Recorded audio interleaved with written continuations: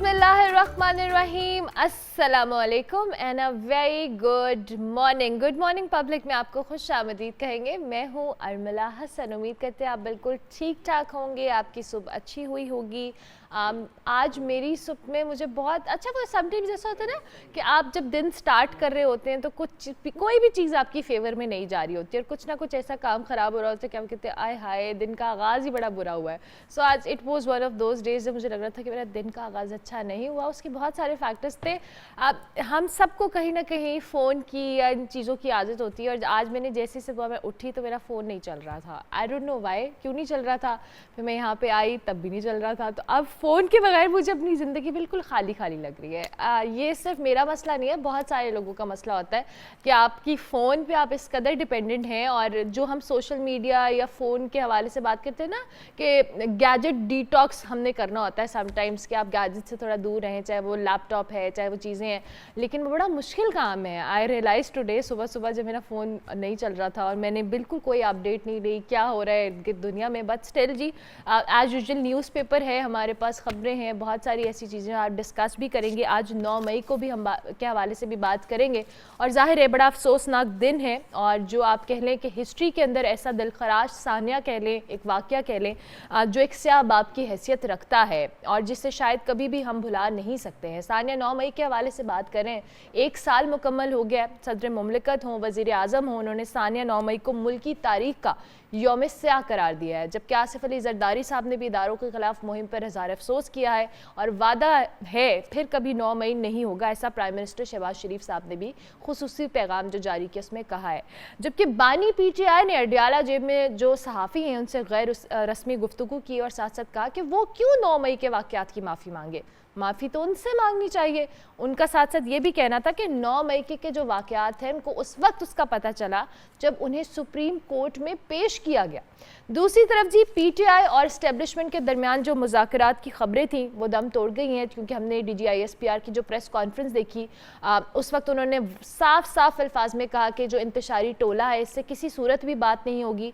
अब ये सारी सूरत हाल जो सियासत के अंदर जारी है इसकी क्या रुख इख्तियार करेगी और जो बानी PTI हैं उनके इस तरह के जो स्टेटमेंट्स हैं जिस हवाले से अभी 9 मई को उन्होंने कहा कि जी मैं क्यों माफ़ी मांगूँ, मुझसे माफ़ी मांगनी चाहिए, ये सारी बातें वो हैं जो चूँकि पिछले कुछ दिनों में इस्टेब्लिशमेंट और बानी PTI के हवाले से बात भी कर रहे थे कि जी मुज़ाकरात हो रहे हैं, ख़बरें उड़ती हुई आ रही थी, वो भी ख़बरें जो है वो दम तोड़ती हमें नज़र आ रही हैं DGISPR की प्रेस कॉन्फ्रेंस के बाद। इसी सारी सूरत हाल पर बात कर लेते हैं। हमारे साथ बहुत सीनियर सहाफ़ी भी हैं, तज्ज़ियाकार भी हैं, तलत हुसैन साहब हमारे साथ मौजूद है। Thank you very much Talat साहब, बहुत शुक्रिया आपने मैं ज्वाइन किया early in the morning. I hope you are doing well. सबसे पहले तो DGISPR के बयान के हवाले से मैं बात करूंगी जिसमें सारी अफवाहें जो इस्टेब्लिशमेंट और तहरीक इंसाफ में मुज़ाकरात के हवाले से थीं वो दम तोड़ गई जब उन्होंने साफ अल्फाज में कह दिया कि इंतशारी टोले से किसी सूरत भी बात नहीं होगी। साथ साथ उन्होंने जो 9 मई के वाक़यात हैं इनके मुल्ज़िमान के हवाले से भी बात की कि इनको सज़ा जब तक नहीं होगी तब तक ये मामला जो है मंतकी अंजाम तक नहीं पहुँचेगा। आज इस वाक़े को भी 1 साल मुकम्मल हो गया। हालात आपको किस तरफ जाते हुए नज़र आ रहे हैं? शुक्रिया Urmila for inviting me on your show. अफवाहें तो दम तोड़ गई हैं, अफवाहों की बुनियाद थी कोई नहीं, इस वजह से दम तोड़ना उनका आसान था। लेकिन जिस अंदाज से दम तोड़वाया गया है मेरे ख्याल में उससे नए मामलात सामने आ गए हैं। जिस तफसील के साथ DGISPR ने फ़ौज का मौक़िफ़ बयान किया, बहुत सारे मामलात के ऊपर मेरा नुक्ता नज़र अपना है। मेरा ख़्याल है कि सियासी मामलात के ऊपर इतनी तफसील में नहीं जाना चाहिए था, लेकिन ये मेरा पॉइंट ऑफ व्यू है। उनकी तरफ से 9 मई के कॉन्टेक्स्ट के अंदर बहुत तफसील से बयान किया गया कि फ़ौज का मौक़िफ़ क्या है। उनकी तरफ से ये भी बयान किया गया कि उनके ख़्याल में इन लोगों के साथ क्या होना चाहिए, वो लोग जो इस वाक़े के अंदर मुलव्वस हैं। तो फ़ौज ने वाज़ेह अंदाज से बता दिया कि अगर बातचीत करनी है तो जमात को ओन करना होगा कि उन्होंने 9 मई को क्या किया, जो लोग इसमें मुलव्वस हैं उनको कैफ़िर किरदार पर पहुंचाना होगा और उसके साथ साथ फिर माफ़ी भी मांगनी होगी। इसके अलावा तो वापसी का बातचीत के हवाले से कोई रवैया नहीं है। लेकिन उसके आगे से जो जवाब आया PTI की तरफ से पिछले आप 36 घंटे के अंदर देख रही हैं, उससे पता चला कि वो इस प्रेस कॉन्फ्रेंस को एक ऑफेंस के तौर पर ले रहे हैं और जिस किस्म की ज़ुबान इस्तेमाल की तो मुझे लगता है कि नए मामलात छेड़ दिए हैं इस तमाम बहस ने। जो होनी ही थी। बहुत देर से हम जानना चाह रहे थे कि फ़ौज क्या सोचती है 9 मई के ऊपर, वो उन्होंने बयान किया, लेकिन पीटीआई क्या सोचती है वो भी सामने आ गया। ज़ाहिर है पीटीआई क्या सोचती है, और जो सहाफ़ियों से बात भी की है बानी पीटीआई ने, वो भी कोई अच्छी हौसला अफजा स्टेटमेंट नहीं है। अच्छा, कुछ अर्से पहले तक हमने देखा था हालात व वाक़यात तहरीक इंसाफ के हक़ में थे, 3 सूबों में वफाक में उनकी हुकूमत थी, और अब पार्टी के ऊपर जो कह लेना काले बादल छाए हुए हैं, कड़ा वक्त चल रहा है। क्या समझते हैं पीटीआई का मुस्तकबिल, आप क्या देखते हैं? ये जो मामला अभी चल रहे हैं, इसके बाद को मुस्तकबिल में बेहतरी होती है हमें नज़र आ रही है? देखिए, मुस्तकबिल के बारे में तो मैं कुछ उर्मिला आपको बता नहीं सकता कि क्या होने वाला है। पाकिस्तान में कहते हैं 24 घंटे भी एक तवील अरसा है सियासत के रुख को तब्दील करने के लिए। लेकिन इस वक्त जो लड़ाई है, जिसका मैंने पिछले जवाब में ज़िक्र किया, उस लड़ाई में इतनी तुंदी और तेज़ी आ गई है कि इसके बाद कम से कम इस्टेब्लिशमेंट मौजूदा क़यादत के साथ रिकनसाइल करते हुए नज़र नहीं आती।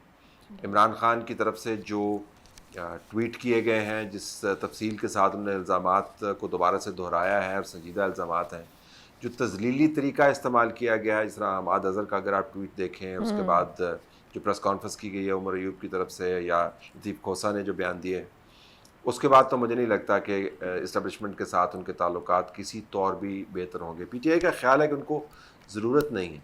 उनका ख्याल है कि वाशिंगटन में उनकी लॉबी अच्छी चल रही है, अमेरिकी एम्बेसडर उनसे मिल रहा है, और अगर ट्रंप जीत जाता है तो सत्ते खैरा हो जाएगी। फिर मौजूदा निज़ाम जो है उसके ऊपर फॉर्म 47 का तनाज़ा, उसकी तलवार लटकी हुई है।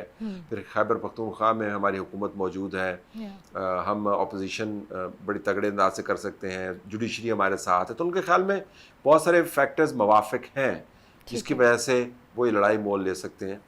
तो जो जमात लड़ाई मोल लेती है तो फिर वो लड़ती है, वो फिर सियासत नहीं करती। तो मुझे लगता है कि फ़िलहाल तो उनके मुस्तकबिल के हवाले से लड़ाई ही नज़र आ रही है।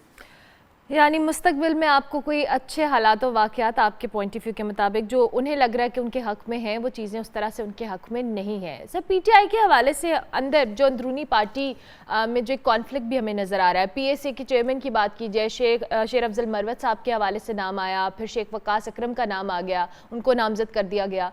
तो साथ साथ कल हमने देखा भी कि कल भी बड़े धुआंधार अंदाज में शेर अफजल मरवत साहब कह रहे थे कि वो पार्टी की मौजूदा क़यादत के साथ काम नहीं करेंगे।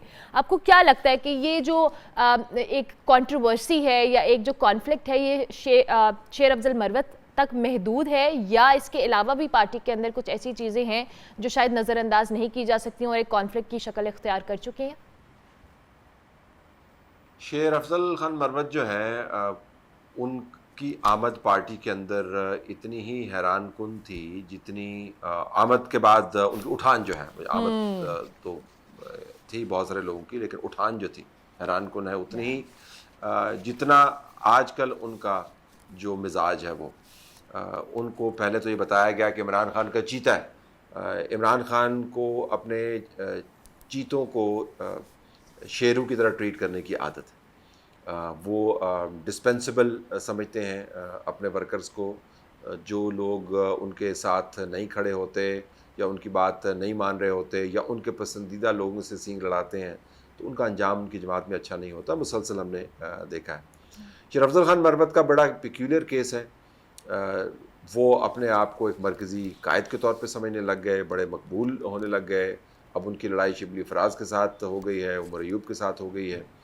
अब सिर्फ यही धड़ा नहीं है, असद कैसर भी एक जगह पर मौजूद हैं आपको, उसके बाद लाहौर का धड़ा अलहदा है। पार्टियों के अंदर धड़ाबंदी होती है, लेकिन पार्टियों के अंदर जो धड़ाबंदी होती है उस धड़ाबंदी को मैनेज करने के लिए पार्टी की क़यादत अपना रोल अदा करती है। नून लीग के अंदर भी बहुत सारी धड़ाबंदी रही है, लेकिन वो इस तरीके से चटाख पटाख करती हुई सामने नहीं आई जिस तरीके से पीटीआई की धड़ाबंदी सामने आ रही है। तो लेकिन मेरा नहीं ख्याल कि मरवत जैसे लोगों के आने या जाने से पीटीआई को कोई फ़र्क पड़ेगा, क्योंकि इमरान खान का सिक्का चलता है। इमरान खान वो सिक्का जिसके हाथ में चलाएगा वही चलेगा, बाकी सारे खोटे रहेंगे।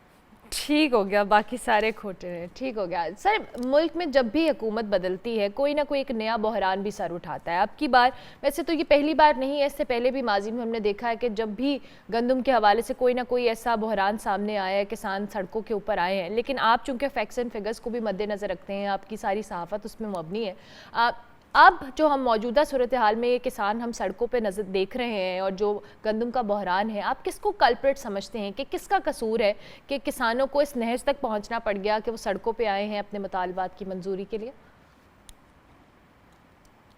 देखिए, जो वाइट कॉलर क्राइम है ना उर्मिला, उसमें आपको ट्रैक करना मुश्किल होता फिंगरप्रिंट्स के साथ, वो बड़ा मुश्किल काम है। या और ज़ाहिर है हम कोई प्राइवेट जासूस तो है नहीं, ना ही किसी इन्वेस्टिगेशन के इदारे से मुंसलिक हैं, लेकिन जो इन्वेस्टिगेटिव चीज़ें हम कर सकते हैं बतौर सहाफ़ी, उसके पेशर में नज़र में आपको बता सकता हूँ कि ट्रैक करना कि चोर का लफ्ज़ अगर ना भी आप इस्तेमाल करें, कि इस बहरान का जिसने पाकिस्तान के अंदर से 1.1 बिलियन डॉलर्स निकाल दिए, ऐसे वक्त में जब हम IMF के पीछे कशकौल लेके घूम रहे थे कि जी खुदा का वास्ता है हमें 1 बिलियन डॉलर दे दें। आपको अगर इस मामले को तय करना है तो आपको ये देखना होगा कि पैसे बनाए किसने। सो लामहला आप उस जगह पर पहुंच जाएंगे जिसको कहते हैं खुरा, आपको वहाँ पे ले जाएगा जहाँ पे वो लोग बैठे हुए हैं जो इस बहरान का जिम्मेदार करार दिए जा सकते हैं। राना सनाउल्लाह से मैंने सवाल किया और मैंने उनसे पूछा कि इसका क्या बनेगा, तो उन्होंने कहा जी इसका कुछ नहीं बनेगा। और फिर मैंने कहा कि क्यों नहीं बनेगा, क्योंकि इसके अंदर बहुत ताकतवर लोग इन्वॉल्व हैं, इसके अंदर गरीब काश्तकार इन्वॉल्व हैं, या ऐसे तरीके से वारदात हुई या कोई शवाहिद नहीं है। तो उन्होंने कहा ये तीनों काम हैं जिसकी वजह से लोग नहीं पकड़े जाएंगे। लेकिन काश्तकार भी, मैं आपको बताऊं, काश्तकार के साथ बड़ी ज़्यादती होती है। इस मतलब जो ज़मींदार है वो शिकंजे में आया है इस बहरान के, तो इस वजह से आपको चीखो पुकार ज़्यादा नज़र आ रही है। काश्तकार तो काफ़ी अरसे से पिसरा है। लेकिन ये एक बहुत ही तकलीफदेह स्कैंडल है, ये जानते हुए कि पाकिस्तान एक अच्छी क्रॉप से मुस्तफ़ीद होने के बजाय मज़ीद नुकसान उठाया पाकिस्तान ने। और जिस चीज़ को हम सेलिब्रेट कर सकते थे कि ज़राअत में हमें कोई धचका नहीं लगा, दुनिया भर के अंदर खौफनाक सूरत हाल डेवलप हो रही है ग्रेन के हवाले से। अगर जो प्रोडक्शन इतनी बुरी नहीं है, लेकिन अगर ये जंग चलती है यूक्रेन की तो हालात ख़राब भी हो सकते हैं। तो हमें उसको सेलिब्रेट करना चाहिए था। सेलिब्रेट तो क्या करें, अब एहतजाज ही हर तरफ जारी है।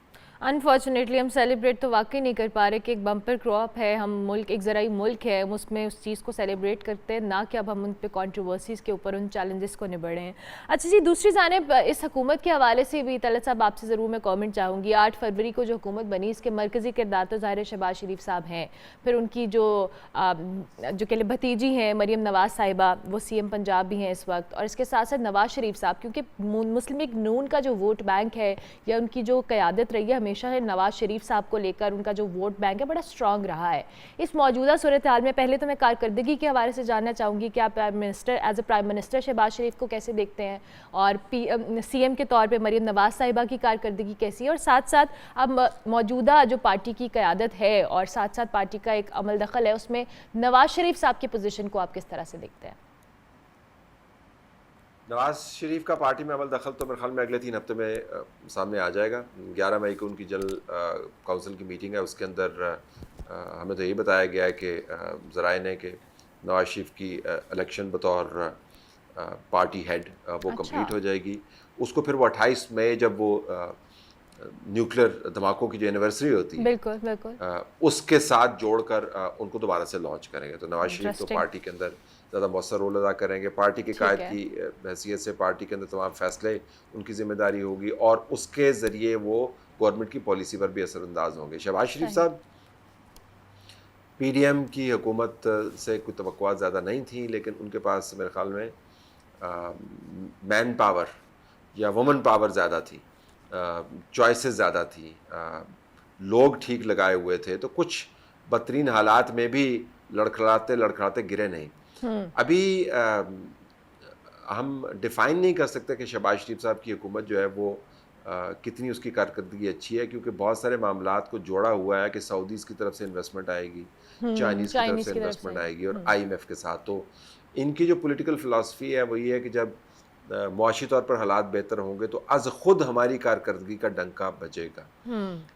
मरीम नवाज़ जो है उन्होंने बहुत सारी फाइलें खोल ली हैं, बहुत तेज़ी से काम किया है, और पहली मर्तबा होता है कि जब आप when you have a point two prove, तो आप बहुत सारे काम शुरू कर देते हैं। लेकिन मुझे लगता है कि जो लॉन्ग टर्म विजन है पंजाब का वो 3-4 अहम नुकात के गिर्द घुमाने की ज़रूरत है। तो आप फाइलें अपनी खोलें जो शॉर्ट टर्म चीज़ें आपने करनी हैं, लेकिन आपको कोई लॉन्ग टर्म विजन भी देना होगा कि 12 करोड़ आवाम का सूबा है, बिल्कुल। इसकी सिमत क्या होगी, इसके अंदर कॉमर्स की एक्टिविटी क्या होगी, इसके अंदर से प्रोडक्टिविटी आपने कैसे बढ़ानी है, जो लॉन्ग टर्म 3 साल से आगे की बात है। तो मुझे लगता है कि शायद वो लॉन्ग टर्म फ़िलहाल उनके ज़हन में है नहीं। वो यही है कि फौरी तौर पर जो इम्पैक्ट जनरेट करने वाले प्रोजेक्ट्स हैं उनके ऊपर फोकस करें। So for starters it's not bad, लेकिन सिर्फ इसी से काम नहीं चलेगा। सिर्फ इसी से काम नहीं चलेगा, लॉन्ग टर्म प्लानिंग के ऊपर भी फोकस करना पड़ेगा, जो आपके मुताबिक अभी तक उनकी प्रायोरिटी शायद नहीं है उस तरह से।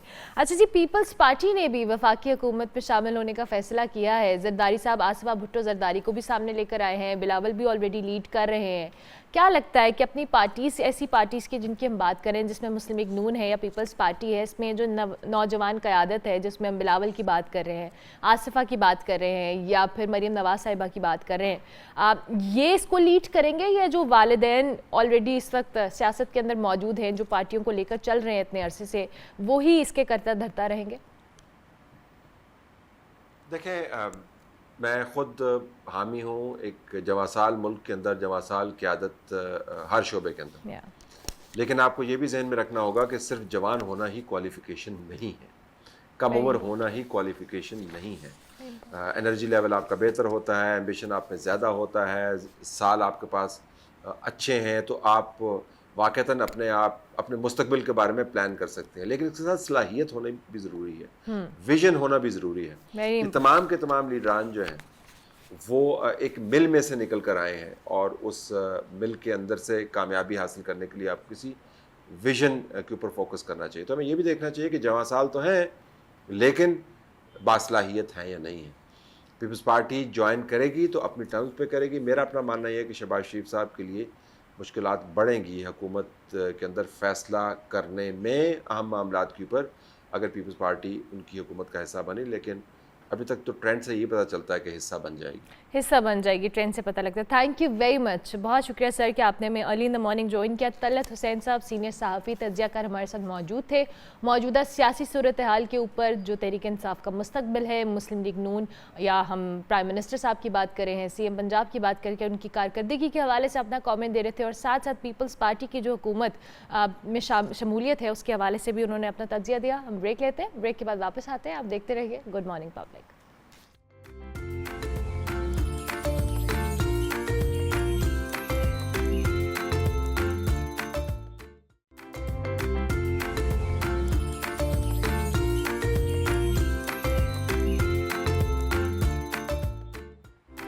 Welcome back to good morning public. Break के बाद वापस आ गए जी। मौसम के हवाले से बात करनी है। वैसे आई एम सरप्राइज्ड कि मैंने सुबह सुबह मौसम को डिस्कस क्यों नहीं किया, क्योंकि गर्मी बहुत ज़्यादा हो गई है, और ये सिर्फ लाहौर में नहीं, ओवरऑल पूरे मुल्क के अंदर बात करें, कराची की या दीगर शहरों की। और ये गर्मी जो हम कह रहे थे कि जी मई का आगाज़ हो गया और अभी तक उस तरह से गर्मी नहीं आई, 2-3 दिन के अंदर पिछले गर्मी ने बताया है कि मई भी आ गया और मैं भी आ गई हूँ, और अच्छी खासी गर्मी हुई है। ऑब्वियसली आपको पता है कि जैसे ही गर्मी का वेदर स्टार्ट होता है, ऐसे में मुख्तलिफ जो हीट वेव कह लें या इस तरह के मामलात हमें देखने में आते भी हैं, और कराची में स्पेसिफिकली बहुत ज़्यादा मामलात इस तरह के रहते हैं कि हीट वेव की वजह से बहुत सारे लोगों तो उस पर ज़ाहिर असर पड़ता है, लेकिन चूंकि कराची में वैसे भी ह्यूमिड ज़्यादा होता है, और उसके बाद फिर गर्मी आ जाती है, और फिर जब सी ब्रीज़ चलती है तो वो और वर्स्ट हो जाता है। ये सारे सिनेरियो पे भी हमने इंफॉर्मेशन लेनी है कि कराची में इस वक्त मौसम की क्या सूरत हाल है, दो कि लाहौर के अंदर भी बहुत गर्मी है इस वक्त। हम अपने नुमाइंदगान की तरफ भी जाएंगे, लेकिन उसके साथ साथ ये जो गर्मी का लेट आना और फिर एकदम से ज़्यादा आना, फिर सर्दी बहुत ज़्यादा होना, ये जो माहौल के अंदर हम चेंजेस देख रहे हैं, इस पर भी हम एक्सपर्ट ओपिनियन लेंगे। हमारे साथ रफ़ीउर हक साहब मौजूद हैं, उनको हम खुशामदीद भी कहेंगे, माहिर माहौलियात हैं, और साथ साथ हमारे नुमाइंदगान भी हमें ज्वाइन करें। हमें इकरा अवान कराची से ज्वाइन करी हैं, जबकि लाहौर से नताशा रहमान हमारे साथ मौजूद होंगी। सबसे पहले रफ़ीउल हक साहब की जानिब जाएंगे, जो कि माहिर माहौलियात भी हैं। Thank you very much sir, बहुत शुक्रिया कि आपने हमें ज्वाइन किया। आपकी इजाज़त से बल्कि मैं चाहूँगी कि मैं पहले अपनी दोनों रिपोर्टर से इन्फॉर्मेशन ले लूँ कि इस वक्त लाहौर और कराची की क्या सूरत हाल है, और उसके बाद फिर आपकी एक्सपर्ट ओपिनियन भी आ जाएगी। इकरा, सबसे पहले कराची का रुख करते हैं, आपकी जानिब आते हैं। ज़रा मुझे कराची के हवाले से बताएं कि लाहौर के अंदर दो कि हम एक्सपीरियंस करें कि 2-3 दिन से गर्मी बहुत ज़्यादा है। कराची के अंदर ऑब्वियसली वेदर ज़रा मुख्तलिफ तरह का होता है और इतनी ना ज़्यादा सर्दी होती है, फिर जो गर्मी आती है बहुत तेज़ी से आती है। इस वक्त कराची में किस तरह का वेदर है और जो हीट वेव के हवाले से वार्न किया जा रहा है, अनफॉर्चुनेटली अभी तक तो उसके असरात नहीं है। अगर हम बात करें ना शहर कायद के मौसम की, तो शहर कायद में गुज़िश्ता चंद रोज़ से गर्मी की जो लहर बरकरार है उसकी बाइस हब्स की कैफियत जो है वो महसूस की जा रही है। सुबह के औकात में अगर हम आज के दर्जा हरारत की बात करें ना, तो आज सुबह के औकात में जो कम से कम दर्जा हरारत रिकॉर्ड किया गया है वो 28 डिग्री सेंटीग्रेड किया गया है, जिसकी गर्मी की शिद्दत का एहसास 30 डिग्री सेंटीग्रेड सुबह के औकात में महसूस हुई है। अगर हम इस वक्त के मौजूदा दर्जा हरारत की बात करें तो इस वक्त शहर कायद में जो मौजूदा दर्जा हरारत है वो 30 डिग्री सेंटीग्रेड है, जिसकी गर्मी की शिद्दत का एहसास 35 डिग्री सेंटीग्रेड तक किया जा रहा है। हवा में जो नमी का तनासुब है वो 78% है और शुमाल मशरिकी सिम से जो चलने वाली हवाएं हैं उनकी रफ्तार 18 किलोमीटर फी घंटा है। अगर हम हीट वेव की बात करते हैं तो इस वक्त शहर कायद में समंदरी हवाएं जो हैं वो बहाल हैं, जिसकी वजह से हीट वेव की कोई भी जो कैफियत है वो इस तरह की ना तो देखने में आ रही है और ना ही आइंदा चंद दिनों में हीट वेव की किसी लहर का कोई इम्कान जाहिर किया गया है। अगर हम बात करते हैं गर्मी की शिद्दत की, तो माहौलियाती आलूदगी और दरख्तों की कटाई, दरख्त ना होने की वजह से और फ़िज़ाई आलूदगी होने की वजह से जो गर्मी की शिद्दत है उसमें दिन ब दिन इजाफा देखने में आ रहा है, जिसकी वजह से गर्मी की जो शिद्दत है वो बढ़ती जा रही है। शहर कायद का जो मौजूदा दर्जा हरारत है वो तो इस वक्त 30 डिग्री सेंटीग्रेड है, तेज़ धूप है। महकमा मौसमियात का कहना है कि आज दिन भर जो है वो मतला तो साफ रहेगा, मगर शहर कायद के जो बासी हैं, जो आवाम है, उनको धूप का जो सामना है वो इसी तरह करना पड़ेगा। ठीक है, धूप का सामना करना पड़ेगा। हम भी आपको ज़्यादा देर धूप में खड़ा नहीं रखेंगे इकरा, आज जल्दी से नताशा से भी अपडेट ले लेते हैं। नताशा, आप बताइएगा, लाहौर में तो कल 41 डिग्रीज था और वो बहुत ज़्यादा गर्मी थी, आज भी सुबह कोई अच्छा नहीं है और आप भी चूँकि इस वक्त धूप में खड़ी हैं तो हम चाहेंगे जल्दी से आप हमें लाहौर के वेदर के हवाले से अपडेट कर दें। मौसम आपने बिल्कुल ठीक कहा कि कल भी 40 और 42 के राउंड अबाउट चला गया था टेम्परेचर लाहौर का, और अभी भी सूरज जो है वो आंखें दिखा रहे हैं और सूरज की तपिश इस कदर ज़्यादा महसूस की जा रही है कि अगर हम हवा तो चलती हमें दिखाई दे रही है, महसूस भी की जा रही है, क्योंकि हवा दिखाई तो नहीं देती, महसूस हम ज़रूर कर रहे हैं, लेकिन उसका कोई फ़ायदा नहीं हो रहा क्योंकि सूरज पूरी आबोताब के साथ चमक रहा है। और इसके साथ साथ लाहौर के दर्जा हरारत की बात करते हैं तो आज लाहौर का जो कम से कम दर्जा हरारत है वो 30 सेंटीग्रेड, ज़्यादा से ज़्यादा 42 सेंटीग्रेड तक जाने का इम्कान हैं। इसके साथ साथ हवा में नमी के तनासुब की बात करते हैं तो हवा में जो नमी का तनासुब है वो आज 56% रिकॉर्ड किया गया है। हवा 5 किलोमीटर फी घंटे की रफ्तार से चल रही है, लेकिन जो हवा चल रही है उसका भी कोई फ़ायदा नहीं हो रहा अभी, चूँकि थोड़ा सुबह का वक्त है और ये कहा जा रहा था कि गर्मी कम होगी, लेकिन उसके बिल्कुल बरक्स हमें दिखाई दे रहा है। मई का महीना, उसमें फिर गर्मी जो है वो पूरे जौबन पर है और इसके साथ साथ सूरज बता रहा है कि मई का महीना शुरू हो चुका है और मैंने गर्मी का जो ज़ोर है वो भी बताना है शहरियों को। लेकिन अगर हम माहिरीन की बात कर लेते हैं और अगर हम बारिश की बात करते हैं तो महकमे मौसमियात की जानिब से ये बताया जा रहा है कि आइंदा 24 घंटों में शहर लाहौर में कोई बारिश का इम्कान नहीं है, तो लिहाजा शहरियों को इसी तरह गर्मी बर्दाश्त करनी पड़ेगी। लेकिन साथ साथ चूँकि हमारे माहिरीन भी हमारे साथ मौजूद हैं और जब हमारी भी कुछ और माहिरीन से बात हुई तो उन्होंने ये बताया कि हीट वेव जो हैं वो भी चलेंगी, तो इस हीट वेव में जब आपने घरों से बाहर निकलना है तो सबको ढांप के निकलना है, सनग्लासेस का यानी एहतियाती तदाबीर आपने इख्तियार करनी है। Thank you very much Natasha, आपका भी बहुत शुक्रिया। इकरा, आपका भी बहुत शुक्रिया कि आप दोनों ने अर्ली द मॉर्निंग हमें अपडेट किया वेदर के हवाले से। दो के नताशा, आपने चूँकि एक्सपर्ट का जिक्र किया तो रफ़ीउल हक साहब हमारे साथ मौजूद हैं। रफ़ी साहब, अभी हम नुमाइंदगान से तो जान रहे थे कि क्या सूरत हाल है लाहौर और कराची की, लेकिन जैसे अभी हम खुद भी बात की मैंने आपके गर्मियों का लेट आना और फिर एकदम से आना और शिद्दत से आना, और इसी तरह हम सर्दियों को भी जब एक्सपीरियंस करते हैं और फिर जो स्प्रिंग का वेदर है वो भी बहुत जो कह लें श्रिंक सा हो गया, उसका ड्यूरेशन भी कम हो गया है। ये जो सारी चीज़ें हैं ये एनवायरमेंटल चेंजेस या हम क्लाइमेट चेंज की बात करें उसका इम्पैक्ट ही है कहीं ना कहीं। बिल्कुल आपका कहना दुरुस्त है। पहले आपका बहुत शुक्रिया, आपने इसमें इस फोरम में मौका दिया। और दूसरी अहम चीज़ जो आप अगर गौर करें तो इस सीज़न में हम माजी में जो लो प्रेशर की आमद का जो सिलसिला होता था वो हम बे ऑफ बंगाल से महसूस करते थे कि एक हवा का कम दबाव जो है वो बे ऑफ बंगाल में बना है और वहाँ से वो मूव करता हुआ मशरिक़ से मगरिब की तरफ मूव करता था। आप इसके बरक्स अब आप देखें, अभी गुज़श्ता महीने में जो है जो शदीद बारिशें हुई वो दुबई में हुई वो ओमान में हुई, वो सऊदी, और अब जो है ताज़ा सूरत हाल ये है कि अब सऊदी अरब में हो रही है। तो आप ये देख रहे हैं बिल्कुल काया पलट बिल्कुल। सिचुएशन है। हम बैठे हुए हैं और बारिशें जो हैं वो कहाँ हो रही हैं, हमारे उन इलाकों में हो रही हैं जहाँ से मगरिब, जहाँ की तरफ से ये हवाएं जाया करती थी। तो हमारा जो मॉनसून का पैटर्न है वो यकसर तब्दील होता हुआ नजर आ रहा है। और आपका कहना बिल्कुल दुरुस्त है कि अब हमें बहुत सारी चैलेंजेस का सामना है, और चैलेंजेस में सबसे पहले जो है ना, हमें फूड सिक्योरिटी की तरफ बहुत शदीद तवज्जो देने की जरूरत है।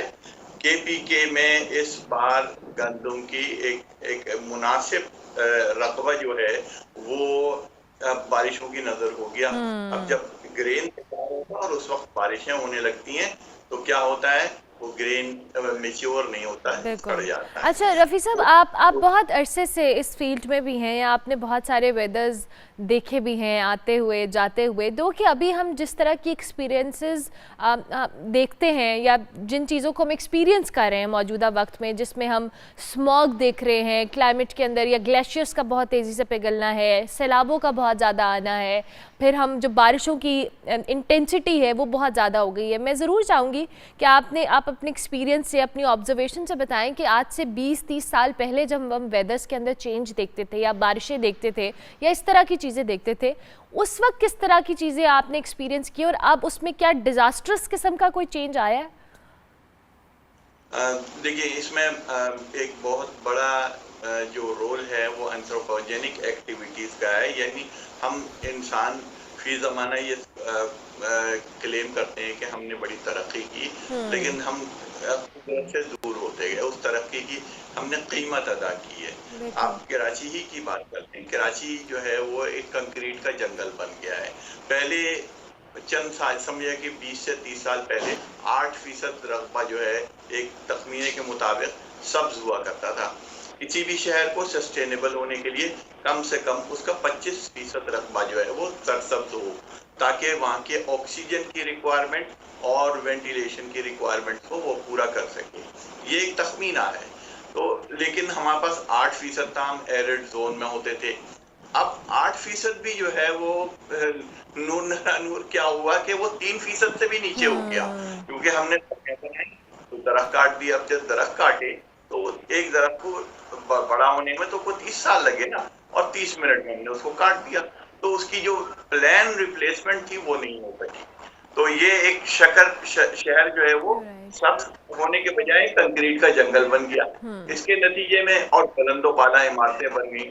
यहाँ की शामें बड़ी प्लेजेंट हुआ करती थी, हवा चला करती थी। लेकिन अभी आप निताशा बोल रही थी कि इस वक्त रियल फील जो है वो कुछ और है, और टेम्परेचर 30 डिग्री है लेकिन रियल फील जो है 35 डिग्री है। ये रियल फील क्या है? रियल फील ये है कि जो सरफेस टेम्परेचर है, उस सरफेस टेम्परेचर को नल एंड वॉइड करने के लिए और फैक्टर और अवामिल जो है ना वो इसमें कारगर होते थे, जिसमें हवा का गुजरना भी। हमारे पास 9 महीने साउथ वेस्टली विंड चलती थी।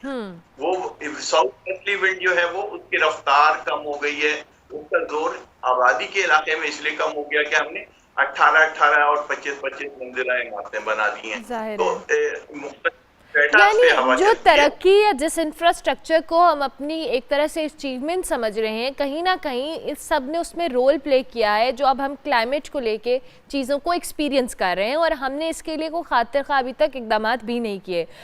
रफ़ी साहब ये बताएं, अब हमने ये सारी चीज़ें डेवलपमेंट भी करनी है, कोई क्विकली इसका सोल्यूशन या क्या चीज़ कर सकते हैं कि ये फौरी तौर पर हम इसमें कोई फौरी हल? इसमें बिल्कुल आपका कहना दुरुस्त है। इसमें जो सबसे बड़ी चीज है वो रब्त का ना होना।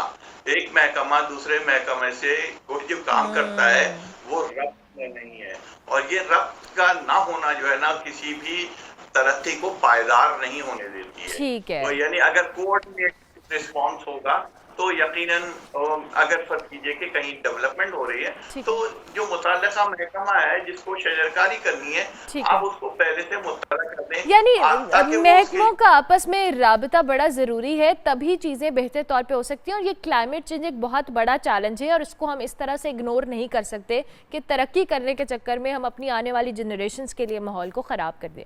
हम ब्रेक लेंगे, ब्रेक के बाद वापस आएंगे। आप देखते रहिए गुड मॉर्निंग पब्लिक।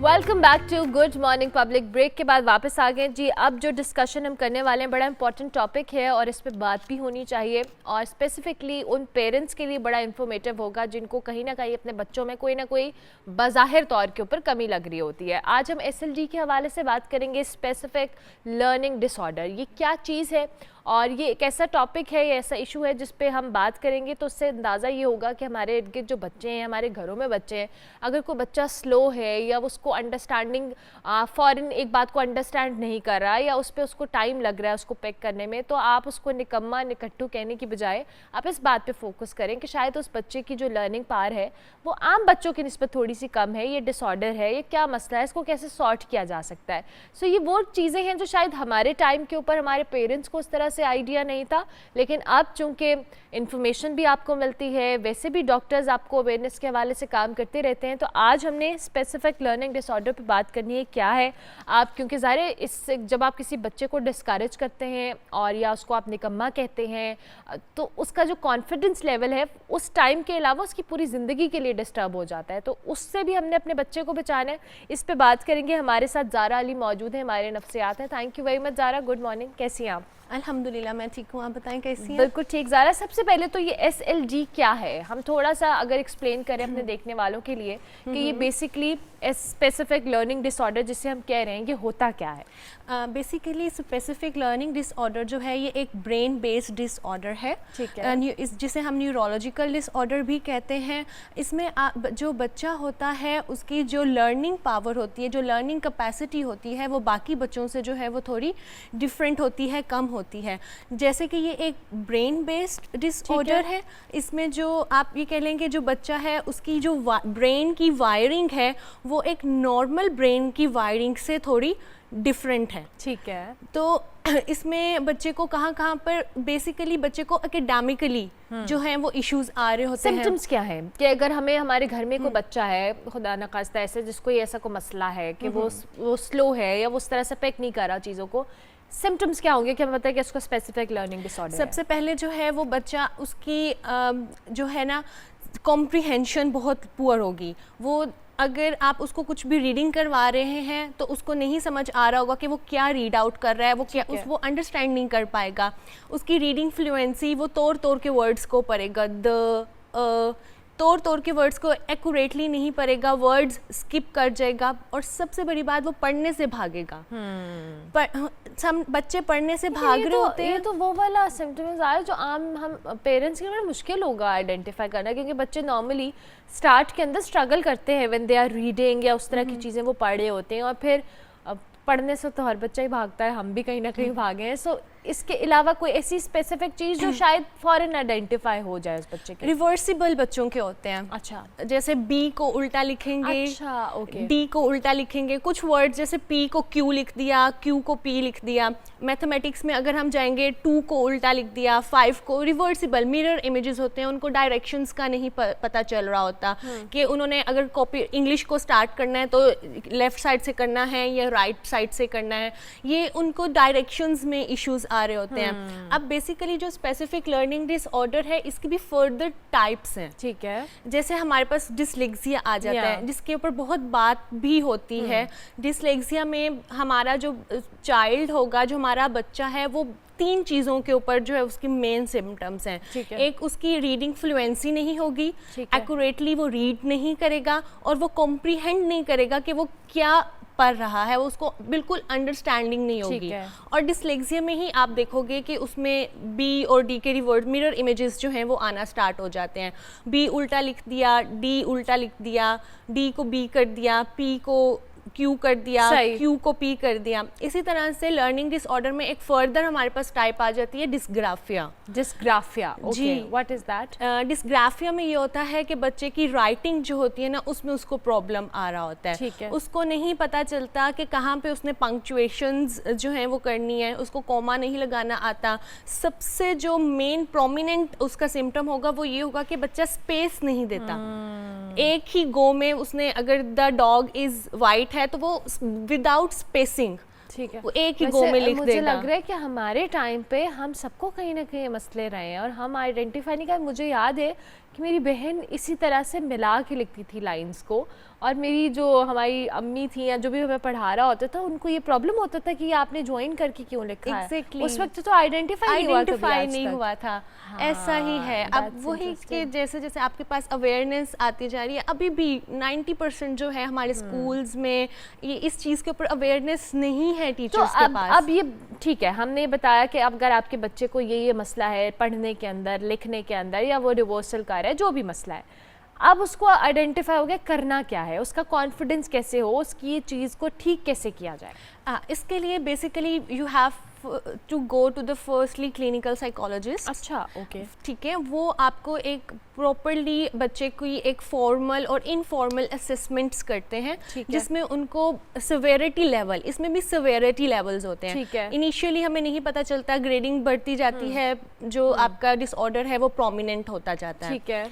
तो वो आपको एक जो है वो प्रॉपरली जो है वो आपका एक डायग्नोसिस प्रिपेयर करता है, रिपोर्ट प्लान आपकी प्रिपेयर करता है, और फिर वो आपको रिमीडियल थेरेपीज़ जो हैं वो प्रोवाइड की जाती हैं। रिमीडियल थेरेपीज़ जो हैं वो बेसिकली स्पेसिफिक लर्निंग डिसऑर्डर के बच्चों के लिए ही डिज़ाइन की गई हैं, जिनमें उनको एकेडमिकली किस तरह से आपने प्रोसीड करना है, उसके डिफरेंट प्रोसेसेस हैं, स्टेजेस हैं, वो बच्चे को जो है वो हम प्रोवाइड करते अच्छा हैं। ज़ारा, अब ये तो आपने बता दिया वो पेरेंट्स जो शायद अपने बच्चे को एक क्लिनिकल साइकोलॉजिस्ट के पास ले जाएंगे। बहुत सारे ऐसे पेरेंट्स होंगे और अभी भी हैं, मुझे लगता है कि हम क्यों अपने बच्चे को यहाँ किसी साइकोलॉजिस्ट के पास लेके जाएं। एक टैबू है कि हम नहीं लेके जाना चाहते कि हमारा बच्चा कोई खुदा न खास्ता कोई ऐसा उसको मेंटली कोई मसला तो नहीं है, तो फिर घर पे क्या करें? घर पे बेसिकली जो है घर पे आप जो हैं उनको हेल्प आउट करें। अब डेफिनेटली आप हम लोग ऐसे मीडिया में हैं कि हमें अब वीडियोस मिल जाती हैं, हमें लर्निंग डिजिटल के ऊपर, हाँ। हमें डिजिटली लर्निंग मटेरियल इस तरह से प्रोवाइड कर दिया जाता है, आपको मिल जाता है, आप सर्च आउट कर लें जो है, और फिर आप उसको ब्रेक आउट करके चीज़ों को तोड़ के, क्योंकि बच्चा कॉम्प्रीहेंड नहीं कर रहा ना, तो इंस्ट्रक्शन फॉलोइंग फ़ौरन से वो प्रोसेस नहीं कर रहा, उसकी प्रोसेसिंग हमारे प्रोसेस सिस्टम से डिफरेंट है। तो आपने क्या करना है, उसको जैसे आपने उसको अगर बताया है, आपने कोई इंस्ट्रक्शन दी है, तो उसको ब्रेक डाउन कर दें, उसको ठीक है। चंक्स में ब्रेक डाउन करके उसको समझाएं सही है। कि मैंने आपको ये कहा है, रादर देन कि आप मारना पीटना या उसको। अच्छा, अब ज़रा इसमें फैक्टर है स्कूल्स का भी, जहाँ बच्चे एकेडमीज जाते हैं, स्कूल्स जाते हैं या ट्यूशन्स लेते हैं, उन बच्चों के लिए अब पेरेंट्स को तो हमने बता दिया, वो तो एक हद तक बच्चे को घर में टाइम दे सकते हैं, ज़्यादातर टाइम तो बच्चे का स्कूल में गुजरेगा या ट्यूशन्स में गुजरेगा।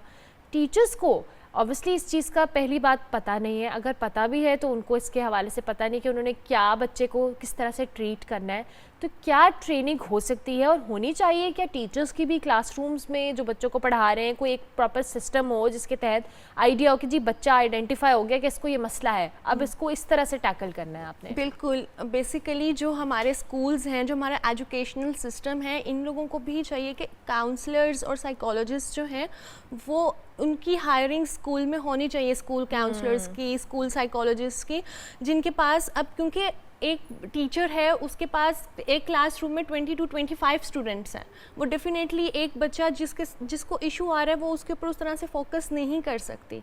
तो हमारे स्कूल्स में, हमारे जो एजुकेशनल सिस्टम है, यहाँ पर ऐसा होना चाहिए कि इनको अपने स्कूल्स के लिए साइकोलॉजिस्ट हायर करने चाहिए जो बच्चों की स्कूल में ही आइडेंटिफाई कर लें कि ये प्रॉब्लम है और उनको वहीं पे क्योर किया जा सके। इसी बात के रेफरेंस है कि जर्मनी के अंदर कुछ अर्सा पहले उन्होंने एक कंपल्जन किया कि हर स्कूल के अंदर एक जो माहिर नफ्सियात है वो होगा, ताकि बच्चे को अगर कोई भी इशू है साइकोलॉजिकली, बहुत सारे बच्चों के इवन स्कूल के अंदर नहीं, स्कूल के बाहर भी उनके बहुत सारे ऐसे ट्रॉमाज होते हैं जो उनको कहीं ना कहीं क्लासरूम्स के अंदर ट्रिगर कर रहे होते हैं किसी ना किसी बात के ऊपर। सो इट्स वेरी इंपॉर्टेंट कि साइकोलॉजिस्ट भी हो, और हमारे स्कूल्स में जो कि पाकिस्तान के अंदर सिस्टम इस तरह का है कि ऑलरेडी हमारे बहुत सारे बच्चे, एक बहुत बड़ा अमाउंट में बच्चा जो है वो स्कूल से बाहर है। हम तो पहले उनको एजुकेशन नहीं दे पा रहे, और जो एजुकेशन मिल रही है वो भी उस क्वालिटी की अनफॉर्चुनेटली नहीं है।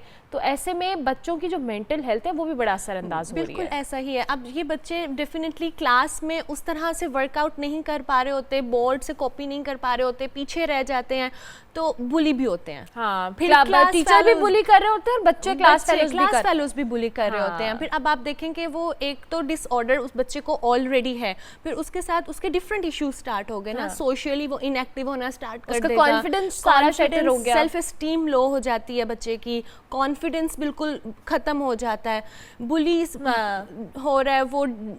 वो कहेगा कि मैंने तो पढ़ना ही नहीं है। बेसिकली बच्चे की भागने की रीज़न पढ़ाई से फिर यही होगी ना कि वो क्लास में बुली हो रहा है। एक मसला तो उसके साथ ऑलरेडी चल रहा है, ठीक है। तो ये चीज़ें हैं जिनको स्कूल्स वालों को जो है वो ट्रेनिंग की ज़रूरत है। ठीक है, thank you very much Zara, बहुत शुक्रिया। और मैं इस प्लेटफॉर्म से ज़रूर पेरेंट्स से भी रिक्वेस्ट करूँगी कि अगर आपके घर में कोई ऐसा बच्चा है जो आपको लगता है थोड़ा स्लो है, वो उस तरह से चीज़ों को लर्न नहीं कर रहा, तो आप उसको निकम्मा या इस तरह से उसको बुली करने की बजाय ये फोकस करें कि आपका बच्चा क्यों प्रॉब्लमेटिक है, क्यों वो इसमें उसको मैथ्स पढ़ने में या कोई भी ऐसा सब्जेक्ट जो उसे पसंद नहीं है उसमें कुछ ना कुछ इशू तो होगा। क्योंकि ये जो ट्रॉमास होते हैं, ये जो कॉन्फिडेंस आपका एक पॉइंट के ऊपर इनिशियल स्टेज के ऊपर शैटर हो जाता है, ये फॉर द लॉन्गर रन ये कॉम्प्लेक्सेस में तब्दील हो जाता है, और वो कॉम्प्लेक्सेस उसकी प्रैक्टिकल लाइफ में, उसके फ्यूचर में उस पर इम्प्लीमेंट रहते हैं। सो लिहाजा अपने बच्चों पर फोकस करें और उनको इस तरह से बिल्कुल डिस्करेज ना करें। हमने टॉपिक रखा भी इसीलिए था कि अवेयरनेस हो। भी हम ब्रेक लेंगे, ब्रेक के बाद वापस आएंगे। आप देखते रहिए गुड मॉर्निंग पब्लिक।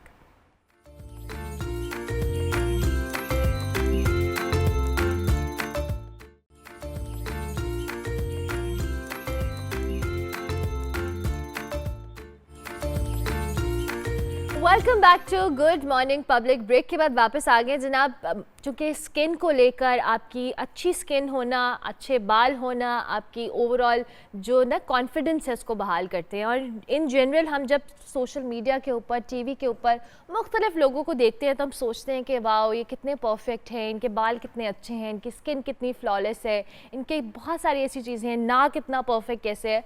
सो आज हमने इस टॉपिक को इसलिए भी रखा है कि हमने ये लोगों को अवेयरनेस देनी है कि जो भी आप टीवी के ऊपर या अपने सोशल मीडिया या अपने फ़ोन्स के ऊपर देखते हैं, कोई भी चीज़ परफेक्ट नहीं होती, उसमें कुछ ना कुछ फ्लॉ होता है, चाहे वो आपकी स्किन है, दो कि आपकी पर्सनालिटी है। बट स्किन को लेकर आज हम डिस्कस करेंगे, और इसके साथ साथ जो एस्थेटिक ट्रीटमेंट्स हैं उनका आजकल हम बहुत ज़्यादा ट्रेंड भी देखते हैं, और उसमें कुछ अच्छी बातें भी हैं, कुछ बुरी बातें भी हैं। उसका सही जगह पे सही इस्तेमाल बड़ा ज़रूरी है, एक अच्छे प्रोफेशनल के पास जाना बड़ा ज़रूरी है। इन सारी जो टॉपिक्स हैं या इश्यूज़ हैं इनको आज हम केटर करेंगे इस कन्वर्सेशन के अंदर। हमारे साथ डॉक्टर कामरान मौजूद हैं, he is an aesthetic dermatologist. Thank you very much doctor Kamran, कैसे हैं आप? Thank you so much Urmila. Doctor Kamran, सबसे पहले तो ये जो एस्थेटिक एक टर्म है, हम पहले डर्मेटोलॉजिस्ट सुनते थे जी, स्किन में कोई भी इशू है एक डर्मेटोलॉजिस्ट के पास जाएंगे। अब हमें एस्थेटिक्स को लेकर बहुत सारी चीज़ें देखने को मिलती हैं, दो कि आपकी एक्सपर्टीज़ हैं इसमें। So tell us about that. इस टर्म को थोड़ा सा आइडेंटिफाई करें, देन विल फर्दर डिस्कस। अच्छा, अब देखो ये टर्म हिस्टोरिकली कॉस्मेटिक सर्जरी से स्टार्ट हुई, ठीक है। उसके बाद dermatologist also came into this thing, and then aesthetics became a separate field altogether. बिल्कुल। अब इसको हम दो कंपोनेंट्स में डिवाइड कर लेते हैं। वन इज द सर्जिकल, ठीक है, जिसमें कि कॉस्मेटिक सर्जन ने ही करना है जो कुछ भी करना ठीक है, ठीक है। और एक है relatively जो minimally invasive procedure. These procedures can be done by dermatologists. ठीक है। They can be done by other doctors Other also. doctors as well. But ठीक है। please remember, should be doctors And should professionals. be medical professionals Yeah. who are certified and qualified to do that job. Exactly. ठीक है, So that's this very is important. one message जो कि मैं हर एक को देना चाहता हूँ कि आजकल तो चूँकि फिजियोथेरेपिस्ट भी डॉक्टर होते हैं, फार्मासिस्ट भी डॉक्टर होते हैं, और मार्केट में बहुत सारे फिजियोथेरेपिस्ट, फार्मासिस्ट भी ये काम कर रहे हैं। तो प्लीज़ इस चीज़ की तहकीक ज़रूर कर लीजिए कि आप जिसके पास जा रहे हैं वो एक प्रोफेशनल डॉक्टर हो और उसके पास एक डिग्री हो, उसका एक प्रॉपर एक्सपीरियंस हो। डॉक्टर कामरान, अभी जिस तरह से मैंने परफेक्शन की बात की, अब हमें शायद एक्सेस हमारे पास इतनी अच्छी हो गई है कि हम डिजिटल पे हर शख्स को देखते हैं और फिर हम सोचते हैं कि ये परफेक्ट है, इसके बाल कितने अच्छे हैं, इसकी स्किन कितनी अच्छी है। एज ए डॉक्टर आप क्या अवेयरनेस के तौर पे कहेंगे कि जी जो आप देख रहे हैं वो हर चीज़ परफेक्ट नहीं है? Agreed on that. देखिए परफेक्शन तो अल्लाह ताला की ज़ात, या और इंसानों में परफेक्शन के अंदर अल्लाह ताला ने कहा कि हमारे नबी सल्लल्लाहु अलैहि वसल्लम वो है। बेशक। इसके अलावा परफेक्शन इस दुनिया में एग्जिस्ट नहीं करती, और थोड़ी सी इम्परफेक्शन ब्यूटी को और इन्हेंस करती है। Very important. ठीक है। सो परफेक्शन तो कोई चीज़ नहीं है, ठीक है।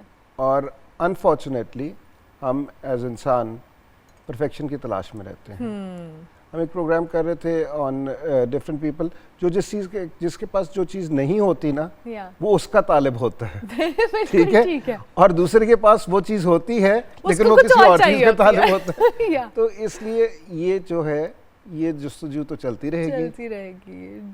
अच्छा डॉक्टर कामरान, अब हम ज़रा थोड़ा स्किन ट्रीटमेंट्स को लेके आते हैं। लोगों के बहुत सारे मसाइल होते हैं जिसमें हम अपने चेहरों पे देखते हैं एक्ने स्कार्स हैं, मुख्तलिफ स्किन रिलेटेड इश्यूज़ होते हैं। लोगों को अपनी स्किन के हवाले से अवेयरनेस भी उस तरह से नहीं होती है कि हमारी स्किन ड्राई है, कॉम्बिनेशन है, हमें किस तरह के ट्रीटमेंट्स लेने चाहिए, किस तरह के नहीं लेने चाहिए। सो इन जेनेरिक हमें थोड़ा सा स्किन रिलेटेड ट्रीटमेंट्स और इशूज़ को भी बताइएगा। ओके, देखो पहले तो है एक normal skin care. Normal skin care है कि एक इंसान, उसको कोई मसला नहीं है लेकिन उसने एक नॉर्मल स्किन केयर ठीक है। अब उस स्किन केयर के अंदर क्या शामिल है? उसके अंदर क्लींजिंग है, टोनिंग है और मॉइस्चराइजेशन है। इसके अलावा तीसरी चौथी कोई चीज़ नहीं है। ठीक है। आप मेकअप करते हो तो मेकअप को साफ़ करना ज़रूरी है। रात के वक्त आपने अपनी स्किन को पहले क्लींस करना है, उसके बाद टोन करना है, मॉइस्चराइज करना है और सो जाना है। ठीक है, ठीक है। अब अगर आपको कोई स्किन कंडीशन है तो उस स्किन कंडीशन को उसके मुताबिक ट्रीट करना। अच्छा, सबसे इम्पॉर्टेंट चीज़ जो मैं लोगों को समझाता हूँ कि यू आर द बेस्ट जज ऑफ योर स्किन। मैं नहीं हूँ, आपसे बेहतर आपकी स्किन को कोई नहीं जानता। बिल्कुल। और अगर आप छोटी छोटी चीज़ें नोटिस करना शुरू कर दें तो आपको पता लग जाएगा, मैंने ये चीज़ लगाई थी तो मुझे इससे ये रिएक्शन हुआ था, मैंने ये चीज़ खाई थी तो मुझे ये रिएक्शन हुआ था। सो थोड़ा सा अपनी स्किन केयर को समझने की कोशिश कीजिए, ऑब्जर्व करें अपनी स्किन को। ठीक है। अच्छा, अब ऑयली स्किन है तो उसको हमने थोड़ा सा ड्राई साइड पे लेके जाना है, ड्राई स्किन है तो उसको हमने मॉइस्चराइज करना है। ठीक है। अब स्किन कंडीशंस में जो सबसे कॉमन स्किन कंडीशंस हैं तो बहुत सारी, जिनका मैं जिक्र नहीं कर सकता इस महदूद टाइम में, लेकिन कुछ चीज़ें जो कि नॉर्मल लोग फेस करते हैं। ठीक है। Number 1 acne. ठीक है। एक्नी है चेहरे पे या बैक पे, बाजुओं पे दाने निकलने। सही। अब ये दाने क्या से निकलते हैं? हमारे चेहरे पे एक पाइलोसेबेशियस जो होते हैं ग्लैंड्स, उनके अंदर कोई ब्लॉकेज आ जाए, उस ब्लॉकेज की वजह से अब ये कॉमेडोन्स की फॉर्म में बंद दाने। ठीक है। ठीक है। या फिर ये सिस्टिक, मतलब कि स्किन के ऊपर कम नजर आ रहे हैं लेकिन अंदर को ज्यादा है। ठीक है। या ओपन किस्म के दाने। सो हर एक की ट्रीटमेंट थोड़ी सी डिफरेंट हो जाती है। ठीक है। एक्नी का क्योर कोई नहीं है। अच्छा। एक्नी को सिर्फ ट्रीट किया जा सकता है, इसका क्योर कोई नहीं। क्योर कोई नहीं है। और जो कहते हैं कि एक्नी बिल्कुल ठीक हो जाएगी वो गलत कहते हैं। नहीं, दोबारा कभी भी आ सकती है। ठीक है। एडल्ट एक्नी आजकल हम बहुत ज़्यादा देखते हैं। अच्छा, एक्नी के लिए आपको एक तो थोड़ी सी पेशेंस चाहिए होती है, क्योंकि एक्नी की जब भी हम ट्रीटमेंट स्टार्ट कराते हैं, एक्नी की ट्रीटमेंट फौरी रिजल्ट नहीं देती। So it takes at least a month or more कि आप कुछ रिजल्ट्स अप्रिशिएबल देखना शुरू करें। उतनी देर में आप फ्रस्ट्रेट हो जाएंगे। हाँ। और फिर आप किसी और के पास जाएंगे, फिर वो कोई नई चीज़ शुरू करेगा देगा। या आप कोई ना कोई टोटके, बिकॉज डूबते को तिनके का सहारा। अब वो इंस्टा पे इतना सब कुछ या सोशल मीडिया अदर प्लेटफॉर्म्स उन पे इतना सब कुछ अवेलेबल है कि आप हर चीज़ ट्राई करते जाएंगे और आप अपनी स्किन को ब्रीदिंग रूम नहीं और वर्स करते जाएंगे। अब एक्नी के आउटकम्स क्या हो सकते हैं? अच्छा, हमारा जो ट्रीटमेंट का प्रोटोकॉल है, हम सिर्फ 2 चीज़ें नहीं करना चाह रहे। एक तो स्कार्स की फॉर्मेशन, ठीक है, और एक जो उसके धब्बे बनते हैं, जो निशान रह जाते हैं, उसको हम कंट्रोल कर रहे हैं बाय ट्रीटिंग एक्नी। ठीक है। अब अगर स्कार्स बन जाएं तो फिर उसका ट्रीटमेंट फ़र्क हो जाता है। जो दूसरी कॉमन चीज़ जो हमारे पास लोग हमेशा प्रॉब्लम लेकर आते हैं वो है छाइयाँ। और इसकी रीज़न क्या होती है छाइयों? छाइयों की रीज़न हार्मोनल भी होती है अगर ख़वातीन में। बेसिकली तो सन डैमेज है। सन डैमेज है। अच्छा, अब सन भी एक थोड़ा सा मैं लोगों को कहता हूँ, it's ultra violet rays damage. अब वो इन लाइट्स में भी हैं जिनमें हम इस वक्त बैठे हुए हैं। बिल्कुल ठीक है। सो सन ब्लॉक का लगाना बहुत ज़रूरी है, और सन ब्लॉक अच्छी तरह आपने लगाना है। सन ब्लॉक 2 से 3 घंटे आपको प्रोटेक्ट करता है, उसके बाद आपको उसको दोबारा रिपीट करना ही करना है। रिफ्रेश करना है। अब ख़वातीन का मसला ये है कि आप मेकअप करेंगे, अब मेकअप के बाद दोबारा उसको उतारना, फिर सन ब्लॉक लगाना, तो उसके लिए फिर यही हम कहते हैं कि सुबह जब आप मेकअप करने से पहले अच्छी लेयर ऑफ सन ब्लॉक ज़रूर लगा लें। ठीक है। और उसके बाद अपना दिन, और फिर अगर बीच में आपके पास मौका मिलता है वॉश करने का फेस, तो आप फेस वॉश करके उसको दोबारा से लगा लीजिए। ठीक है। सो ये 2 कॉमन चीज़ें हमारे पास जो हमने देखी हैं। अब लोग परफेक्शन की तलाश में ही रहेंगे।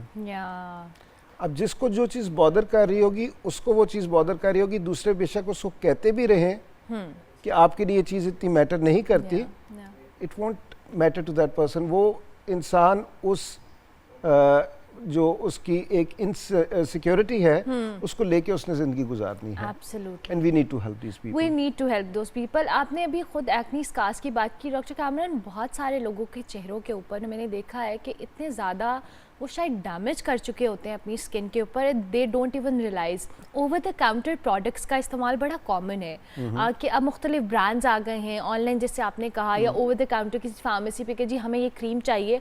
अब ना उस फार्मासिस्ट को आपकी स्किन टाइप पता है ना कुछ पता है, आपने उससे मांगी, उसने आपको दे दी, अब आपने लगा ली, जो उसका बाद का असर है वो आपकी ओवरऑल स्किन हेल्थ पे या आपकी हेल्थ के ऊपर कितना बुरा असरअंदाज होता है। जी बिल्कुल बुरा असरअंदाज होता है।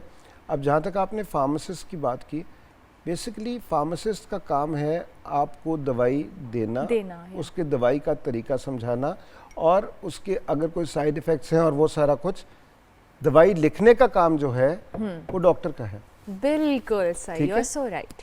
डॉक्टर ने दवाई लिखनी है, फार्मासिस्ट ने उसको तरीका बताना है, उसके बारे में समझाना है, और एट टाइम्स डॉक्टर को भी करेक्ट करना है। बाहर के मुल्कों में मुझे कई दफ़ा, मैं दुबई में भी चूँकि काम करता हूँ, तो मुझे फार्मासिस्ट कॉल बैक करके मुझे बता सकता है कि आपने ये 2 दवाइयाँ इकट्ठे लिख दी हैं, इन 2 दवाइयों को इकट्ठे नहीं लिखना। ठीक है। सो ये फार्मासिस्ट का रोल है, और फार्मासिस्ट का बहुत इंपॉर्टेंट रोल है। ये तो आप दुबई की प्रैक्टिस बता रहे हैं, यहाँ किसी डॉक्टर का फोन करें वो आगे से कहेगा आप मुझे बता रहे हैं कि आप मैंने क्या करना है। हाँ, वो कई डॉक्टर्स ये कहते हैं कि वो अब मैं अपने क्लाइंट्स को या मरीजों को मैं उनको इनकरेज करता हूँ कि वो सोशल मीडिया पे या इंटरनेट पे जाके अपनी तहकीक पूरी करें, रिसर्च करके पूरी आए।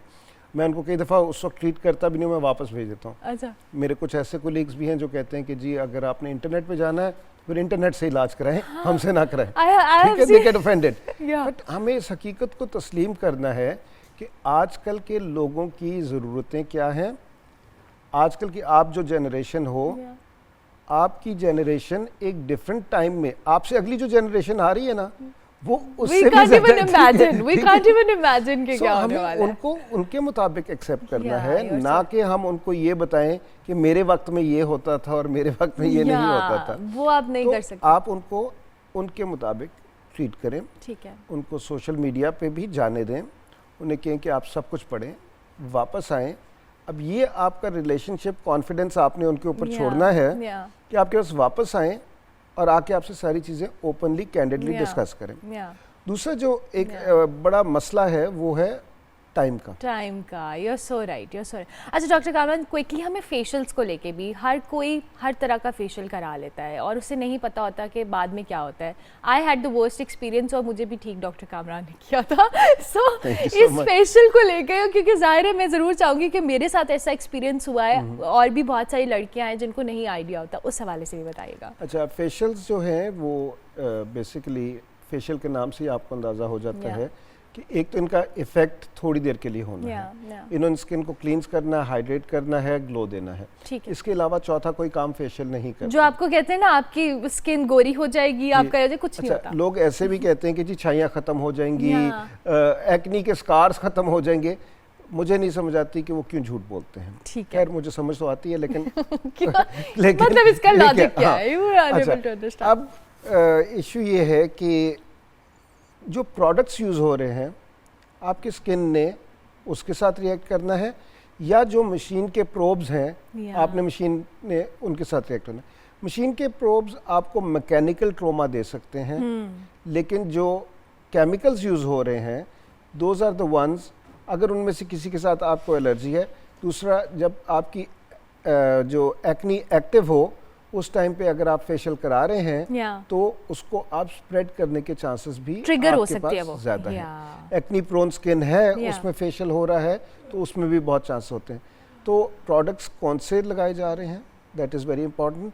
And most of the salons and a few of the clinics also, they are not using good quality products. Thank you very much, बहुत शुक्रिया कि आप आए भी और आपने स्किन रिलेटेड जो इश्यूज़ हैं उनको बहुत बेहतर अंदाज में एड्रेस भी किया। डॉक्टर कामरान ने आपको बताया कि आपने ओवर द काउंटर चीज़ें नहीं लेनी, एक प्रोफेशनल के पास जाएं, आपकी स्किन क्या है उस पर रिसर्च करें, उसको समझें, फिर आप जब डॉक्टर के पास जाएंगे तो आप अपना ओपिनियन भी दे सकते हैं और डॉक्टर जो कह रहे हैं वो भी सुने। सो इट्स वेरी इंपॉर्टेंट कि आप अपनी स्किन का ख्याल रखें और किसी भी टोटकों से परहेज़ करें। ऑनलाइन कुछ भी देखें वो सच नहीं होता, एवरीवन हैज़ फ्लॉज, उनको एक्सेप्ट करना सीखें। हम ब्रेक लेंगे, ब्रेक के बाद वापस आएंगे। आप देखते रहिए good morning public.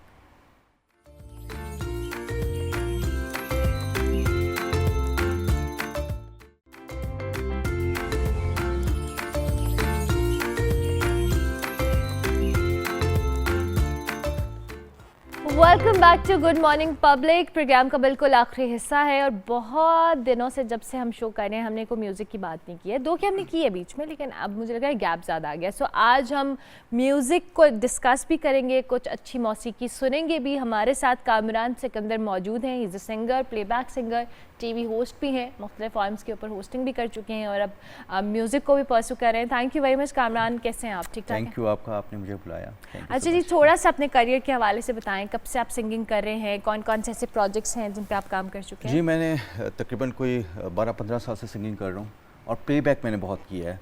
Television serials के OSTs कंपोज किए हैं, सिंग किए हैं और उसके साथ साथ फिर अपना वो प्राइवेट एल्बम्स, प्राइवेट सॉन्ग्स भी और प्राइवेट वीडियो एल्बम्स भी किए हैं। ठीक है। और उसके साथ साथ टीवी एंकरिंग भी। ठीक है, मतलब वो प्रोफेशन भी मेरा साथ साथ चल रहा है। ज़बरदस्त। तो अब तक जो सिंगिंग का जर्नी है वो ज़्यादा इंटरेस्टिंग रहा है या होस्टिंग का? दोनों को मैं बहुत इंजॉय कर रहा हूँ और सिंगिंग मेरा मतलब मेरी हॉबी भी है, मेरा पैशन भी है और प्रोफेशन भी बन गया। ज़बरदस्त। और सिंगिंग की वजह से ही मुझे मतलब एंकरिंग की ऑफ़र्स हुई मुख्तलिफ टीवी चैनल्स पे, तो उसके बाद फिर मैं होस्टिंग की तरफ और एंकरिंग की तरफ आया, लेकिन मैं दोनों को एंजॉय कर रहा हूँ। ज़बरदस्त। तो थोड़ा सा म्यूज़िक से आगाज़ करते हैं, कुछ सुनाएं हमें। जी, वो तो आपने बताना है कि एक मेरा वो ट्रैक है बाबा बुल्ले शाह का कलाम मैंने किया, वो थोड़ा सा डिफरेंट जॉनरा है ना। ठीक है, ज़रूर डिफरेंट एक वो स्टाइल है। अच्छा, मुझे ये बताएं, ये जो जॉनरा है, मुख्तलिफ जॉनरास हर कोई पसंद करता है और किसी का फोटे होता है कि वो इस तरह, आपको किस तरह का म्यूज़िक? जी, मैं बेसिकली मेलोडी गाने वाला हूँ, मेलो सॉन्ग्स, मेलोडी गाता हूँ और जो कि आपको पता है कि OSTs जो होते हैं टीवी सीरियल्स के वो मतलब मेलोडी में ही होते हैं, सॉफ्ट एंड स्लो होते हैं, तो वही मेरा जॉनरा है, वही मैं पसंद करता हूँ। और पंजाबी भी मैंने वैसे किए हैं, लेकिन पंजाबी का मुझे कितना ज़्यादा मज़ा नहीं है कुछ, मतलब मुझे आजकल तो लोग बड़ा पंजाबी म्यूज़िक को पसंद कर रहे हैं। सराइकी बहुत इन है इस वक्त, सराइकी बहुत इन है और मुझे बहुत से लोग कहते हैं कि आप सराइकी की तरफ आएँ, बहुत से मतलब पैसे भी बहुत दे रहे हैं जी, हमसे इतने पैसे ले लें, कॉन्ट्रैक्ट करें हमारे साथ सराइकी के लिए, लेकिन मेरा मतलब मूड नहीं हो रहा सराइकी गाने। सही, ठीक हो गया। थैंक यू वेरी मच, बहुत शुक्रिया and we wish you very best of luck. बहुत शुक्रिया आपने ज्वाइन किया। कामरान सिकंदर हमारे साथ मौजूद थे, जिनसे हमने बात भी की, गाना भी सुना। प्रोग्राम का वक्त खत्म हुआ, इंशाल्लाह आपसे हमारी मुलाकात होगी अब कल। फीडबैक हमारे सोशल मीडिया हैंडल्स पर लाजमी दीजिएगा। कल तक के लिए हमारी तरफ से अल्लाह हाफ़िज़।